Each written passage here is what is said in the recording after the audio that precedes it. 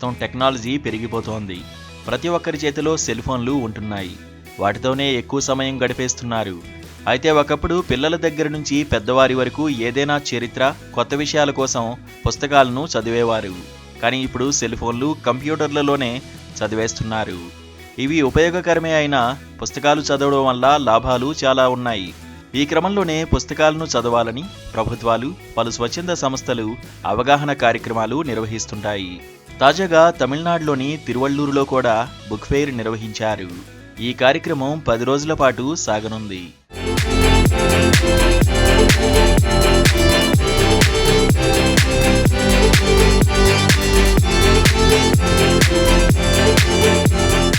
తిరువళ్ళూరు జిల్లా ఆవడివేల్ టెక్ కాలేజీలో రాష్ట్ర ప్రభుత్వం, కళాశాల యాజమాన్యం ఆధ్వర్యంలో 4వ పుస్తక మహోత్సవం నిర్వహించారు.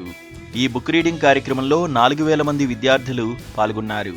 ఈ బుక్ ఫెయిర్లో 120కి పైగా బుక్ స్టాల్స్ ఏర్పాటు చేశారు. జిల్లా అధికార యంత్రాంగం ఈ కార్యక్రమానికి అవసరమైన అన్ని ఏర్పాట్లను చేసింది. ముఖ్యంగా పుస్తక పఠనంపై ప్రజల్లో అవగాహన కల్పించడం కోసమే ఈ బుక్ ఫెయిర్ నిర్వహిస్తున్నట్లు అధికారులు తెలిపారు.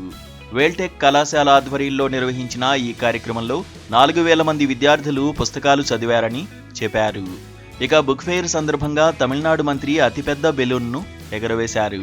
పుస్తక మహోత్సవానికి విద్యార్థులు, పుస్తకాలు చదివేవారు పెద్ద ఎత్తున తరలిరావాలని ఆహ్వానించారు. మరోవైపు విద్యార్థులు ఈ బుక్ ఫెయిర్లో తమకు నచ్చిన పుస్తకాలను కొనుగోలు చేశారు.